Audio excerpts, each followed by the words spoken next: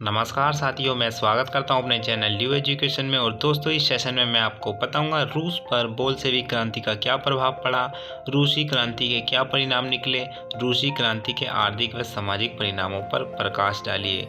तो दोस्तों, ये जो तीनों क्वेश्चन है एक ही है, ठीक है, मैंने आपको यहाँ बता दिया है। दूसरा दोस्तों, इससे पहले मैंने बोल्शेविक क्रांति के कारण पर वीडियो बना रखी है। आप जिन्होंने भी नहीं देखी है उस वीडियो को, तो मैंने डिस्क्रिप्शन में उसकी लिंक दे रखी है, आप वहां से जाइए तथा उस वीडियो को जरूर देखिए। आई होप दोस्तों आज की जो हमारी वीडियो आपको अच्छी लगेगी।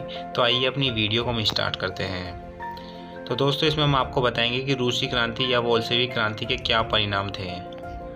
वर्ष 1921 से 27 ईस्वी की अवधि के दौरान ही अधिकांश उन राजनीतिक रूपों और शासकीय तंत्रों का विकास हुआ जो सोवियत संघ में 1936 तक प्रचलित रहे। 1917 ईस्वी में बोल्शेविक ने एक शासन तंत्र की स्थापना की जिसने समाज और देश को एक नई सोच और दिशा प्रदान की।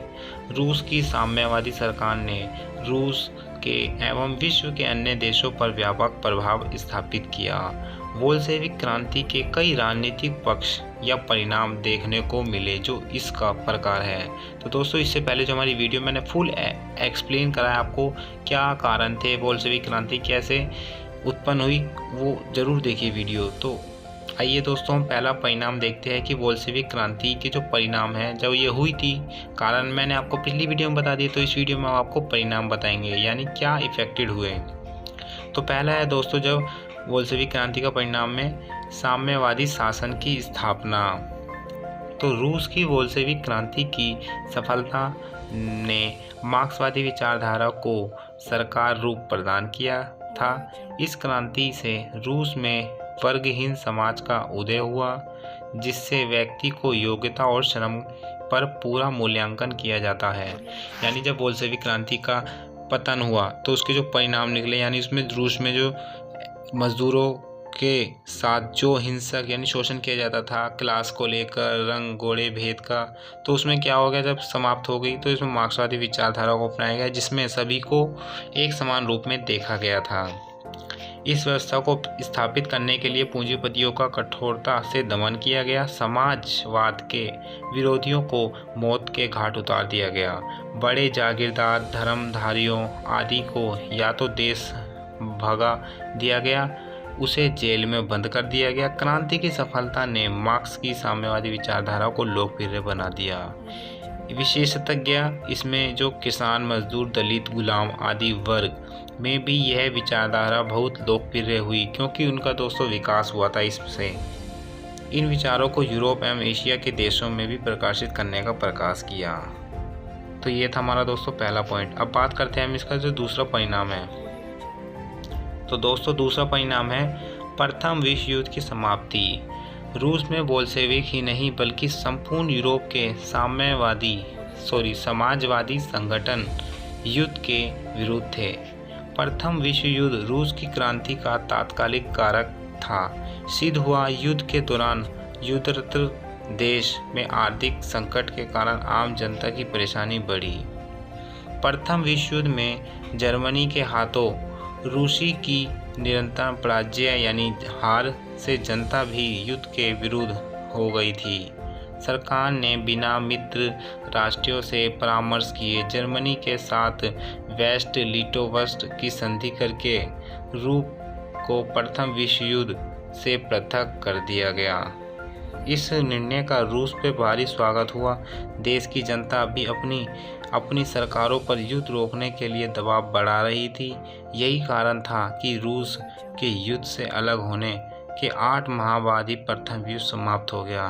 तो दोस्तों, ये मैन का परिणाम था क्या, प्रथम विश्व युद्ध में जो कितने देश में इसमें जो रूस की जो जनता ने भी साथ दिया था कि जो प्रथम विश्व युद्ध के बाद 8 जो यानी प्रथम विश्व युद्ध समाप्त हो गया था रूस के हटने के बाद 8 महीने बाद। तो दोस्तों, अगला जो परिणाम है वो है विश्व के देशों का 2 वैचारिक देशों में बंटना। सोवियत संघ से पहले कुछ वर्षों तक अपने समाजवाद की परिवर्षों में ही आर्थिक समय लग गया, किंतु जब उनकी अपने शासन पर पकड़ मजबूत हो गई, उन्होंने विश्व के पूंजीपतीय देशों में अपनी साम्यवादी विचारों को स्थापित करने का प्रयत्न किया। यानी जो किसी भी देश में जो पूंजीवाद व्यवस्था थी, कैपिटलिस्ट, जो मजदूरों का शोषण करते थे, तो जो साम्यवादी विचार जो रूस में साम्यवादी विचारधा थी, उनको विस्तृत करने का भी काम किया गया ताकि जो पूंजीपतियों का शोषण यानी उनको पूरी तरह से दमन कर सकें। ठीक है दोस्तों, इसमें ध्यान रखना आप।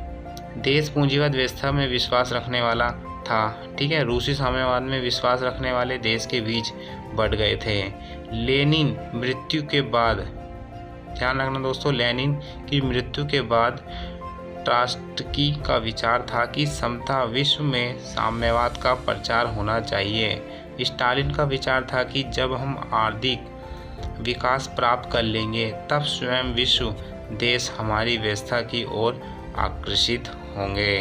तो ये बहुत अच्छा इन्होंने, स्टालिन ने भी बात कही थी कि जब हम आर्थिक और विकास अच्छा प्राप्त कर लेंगे यानी ग्रोथ अच्छी हो जाएगी, तो दूसरा जो देश है इनसे प्रभावित होंगे, और प्रभावित होंगे तो वो क्या बोलते हैं, मार्क्सवादी विचार को भी अपनाएंगे। अगला परिणाम है दोस्तों मजदूरों एवं किसानों के आत्मविश्वास में वृद्धि। ये सबसे मेन इम्पोर्टेंट परिणाम रहा था जब बोल्शेविक क्रांति का अंत हुआ था। रूस में कुलीन और सर्वहारी वर्ग यानी वर्गहीन और वर्गविहीन जो क्लास थे, जो भेद था, क्रांति ने उसे हटा दिया। वहाँ आर्थिक और सामाजिक स्वतंत्रता एवं समानता स्थापित करने का प्रयास किया। आपको याद होगा कि जब फ्रेंच रेवोल्यूशन हुआ था 1789 में, तो उसने भी समानता, स्वतंत्रता और भाईचारे का भी नारा दिया था। आर्थिक समानता स्थापित करने के लिए रूसी क्रांति ने विशेषाधिकार वर्ग की शक्तियों को समाप्त कर दिया था। भूमि पर किसानों का स्वामित्व स्वीकार कर लिया गया, यानी जो विशेषाधिकार यानी कुछ जो मैन लोग होते थे उनको ही कुछ अधिकार दिए जाते थे, लेकिन उसको समाप्त करके इक्वली राइट सबको देने लगे थे। ठीक है दोस्तों, ये ध्यान रखना आप। अगला परिणाम है दोस्तों नागरिक स्वतंत्रताओं का हनन। 1917 की क्रांति 2 चरणों में संपन्न हुई थी। पहला, राजनीतिक क्रांति के फलस्वरूप निरंकुश जारशाही का अंत, यानी जो जान निकोलस थे वो निरंकुश थे, यानी जनता के प्रति उत्तरदायी नहीं थे। और दूसरा दोस्तों उदारवादी शासन का अंत हुआ। उदारवादी सरकार ने तुरंत ही भाषण, धर्म, प्रेम तथा सभा, सोसाइटी आदि की स्वतंत्रता की घोषणा कर समाप्त जनता को राजनीतिक अधिकार प्रदान किए। दोस्तों जो पहला जान निकोलस की जब शासन व्यवस्था थी तो उसने भाषण, धर्म आदि पर भी रोक लगा दी थी, और जब से दोस्तों उदारवादी सरकार आई है उन्होंने भाषण, धर्म, प्रेम, सभा, सोसाइटी की आज़ादी दे दी है। लेकिन इनकी सरकार ज़्यादा दिनों तक टिक ना सकी क्योंकि वह कृषकों, कारखानों के मजदूर और सैनिकों की मांग पूरी ना कर सके। और इस बोल्शेविक क्रांति के फलस्वरूप रूस आर्थिक और सामाजिक स्वतंत्रता प्राप्ति की दिशा में आगे बढ़ा, किंतु राजनीतिक स्वतंत्रता का हनन हुआ।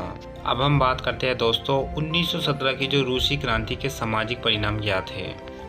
तो रूसी क्रांति सामाजिक असमानताओं के गर्भ से ही पैदा हुई थी। इसने सामाजिक क्षेत्र में व्यापक असर डाला। बोल्शेविक सरकार ने सामाजिक व सांस्कृतिक प्रगति के लिए जो कार्य किए उनके व्यापक परिणाम निकले, जो इस प्रकार हैं।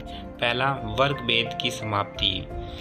रूस में जारशाही के समय में समाज में कई वर्ग थे, किंतु मुख्यतः हम उसे अधिकार वर्ग और अधिकारहीन वर्ग में विभाजित कर देते हैं। अधिकार वर्ग में राज, परिवार, समस्त उच्च पदाधिकारियां थे। दूसरे वर्ग में मजदूर, किसान तथा दास आदि थे। दूसरे वर्ग का कोई अधिकार नहीं था। रूसी क्रांति ने मतलब जो दूसरे वर्ग थे उनका कोई अधिकार नहीं था किसी भी चीज़ में पार्टिसिपेट करने को। तो रूसी क्रांति ने इस वर्ग भेद को समाप्त कर दिया। धीरे धीरे समाज में सारे वर्ग भेद विलुप्त हो गए, यानी समाप्त हो गए। अगला सामाजिक परिणाम है दोस्तों शिक्षा का विकास। बोल्शेविक क्रांति के द्वारा शिक्षा को चर्च से अलग कर दिया गया। सोवियत सत्ता की स्थापना के पहले माह में ही लोग तथा नगरों में जन शिक्षा परिषद, सांस्कृतिक केंद्र, पुस्तकालय व विश्वविद्यालय आदि के निर्माण में लोग लग गए थे। जो साक्षर थे वे निरक्षरता उन्मूलन अभियान में अपना योगदान देने लगे। लेनिन ने लिखा था कि कम्युनिस्ट समाज निरक्षर देश में नहीं बनाया जा सकता। क्या कहा था दोस्तों? कम्युनिस्ट समाज निरक्षर देश में नहीं बनाया जा सकता। आप इसको याद रखना।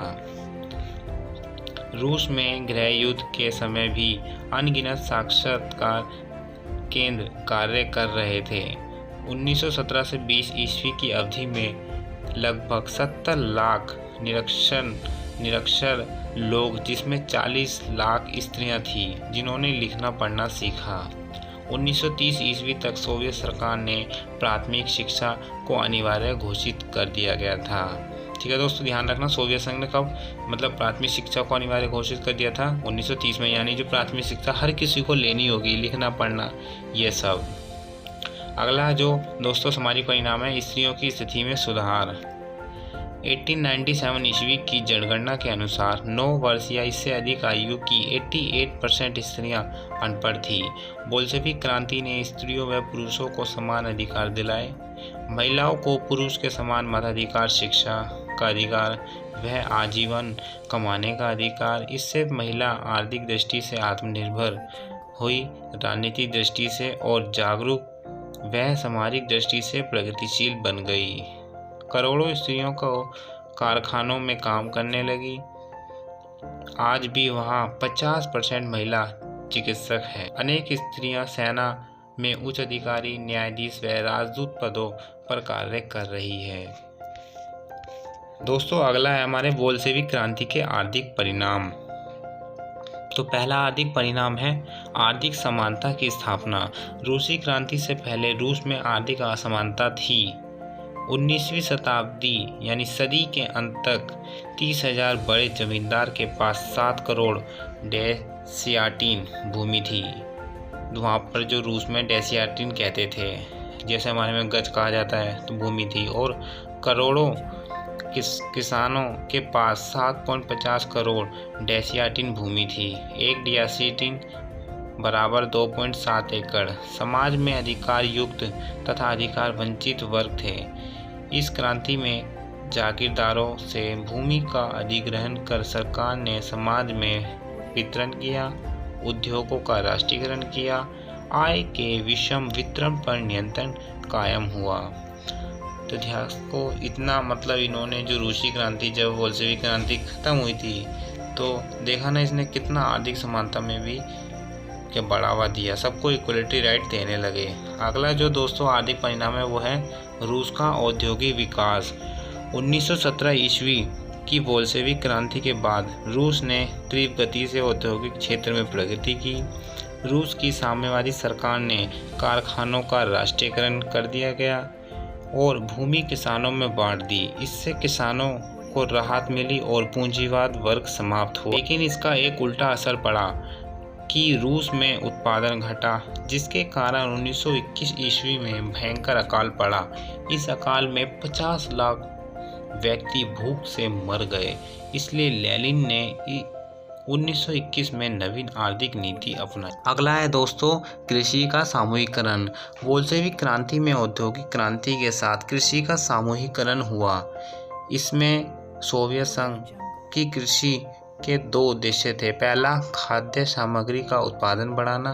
दूसरा, भूमि पर व्यक्ति विशेष के संपत्ति के अधिकार के विकास को रोकना। कई होते हैं ना कि किसानों की भूमि को ले लेते हैं किसी लोन के रूप में, तो उस पर अधिकार कर लेते हैं। तो जो रूसी क्रांति ने इसे अधिकार को भी रोका। आई होप दोस्तों आज की जो हमारी वीडियो आपको अच्छी लगी होगी। प्लीज़ लाइक करें, शेयर करें तथा बेल आइकन को भी दबाना ना भूलें।